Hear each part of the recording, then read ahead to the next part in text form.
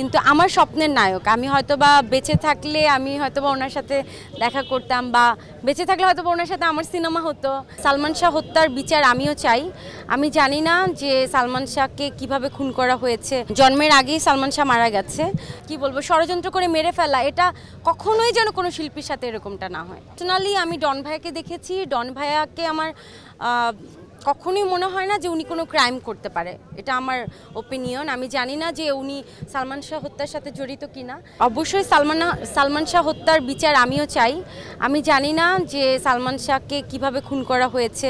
আমি অনেক পত্রপত্রিকায় দেখেছি। আসলে আমার জন্মের আগেই সালমান শাহ মারা গেছে, কিন্তু আমার স্বপ্নের নায়ক। আমি হয়তোবা বেঁচে থাকলে আমি হয়তোবা ওনার সাথে দেখা করতাম, বা বেঁচে থাকলে হয়তোবা ওনার সাথে আমার সিনেমা হতো। কিন্তু আমার হয়তোবা ব্যাড লাক যে ওনাকে আমি দেখতে পারিনি। কিন্তু অবশ্যই আমি সালমান শাহ হত্যার বিচার চাই। আর আমরা কখনো চাই না যে শিল্পীদের মন না অনেক নরম থাকে। শিল্পীদেরকে হত্যা করা, তাদেরকে মানে কোনো কি বলবো ষড়যন্ত্র করে মেরে ফেলা, এটা কখনোই যেন কোনো শিল্পীর সাথে এরকমটা না হয়। এটাই আমি চাই।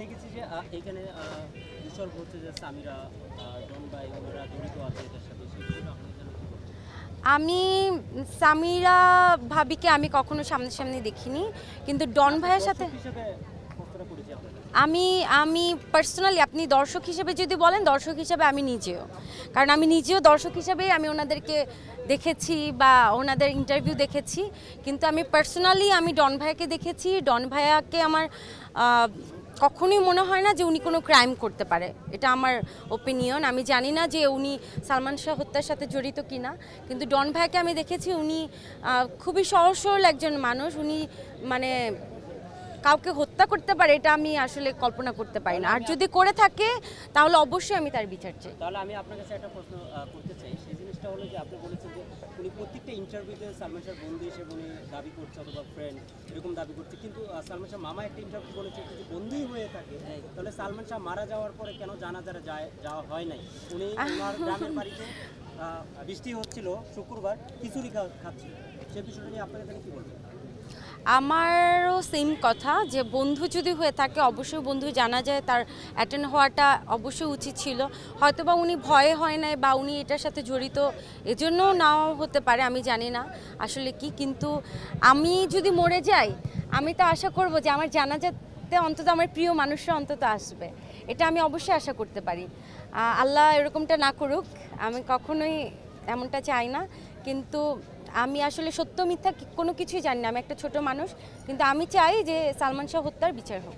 সালমান শাহ মামা একটা ইন্টারভিউতে উনি বলছে যে উনি যেখানে যাচ্ছে। আসলে সালমান শাহ ভাইয়াকে নিয়ে আমি কোনো কথা বলতে চাই না। অন্য কোনো প্রসঙ্গ হলে আমাকে বলতে পারেন। অনেকেই নাটক থেকে সিনেমায় আসছে। আপনারা তো সরাসরি সিনেমাতে কাজ করেছেন। কামাল ভাই সোলজার সিনেমায় তানজিন তিশা কাজ করছে। আসলে বাংলাদেশে তো আমাদের সিনেমা ইন্ডাস্ট্রিতে অনেক নায়িকা আছে, তাদেরকে না রেখে নাটকের অভিনেত্রীদের যে সুযোগ দেওয়াটাকে আসলে আপনি কীভাবে দেখেন? আপনারা তো অনেক সুন্দর ছিলেন, আপনাদের ক্যামেরা ঠিক আছে। আমি অবশ্যই এটাকে সাধুবাদ জানাই। তানজিন তিশাকে আমার পার্সোনালি অনেক ভালো লাগে। আমি ওর অনেক নাটক দেখেছি, দেখতে অনেক সুইট। আর তানজিন তিশা আমাদের চলচ্চিত্রে আসবে, এটা আমরা অবশ্যই অনেক হ্যাপি। আর নাটক থেকে যে সিনেমাতে আসবে, তাদেরকে কেন নেওয়া হলো, এটাকে কখনোই আমি নেগেটিভলি দেখি না। সবাইকেই সুযোগ দেওয়া উচিত। সবারই বড় পর্দায় কাজ করার একটা ইচ্ছা আছে, স্বপ্ন থাকে। আমার মনে হয় সবাইকে সুযোগ দেওয়া উচিত। Thank you.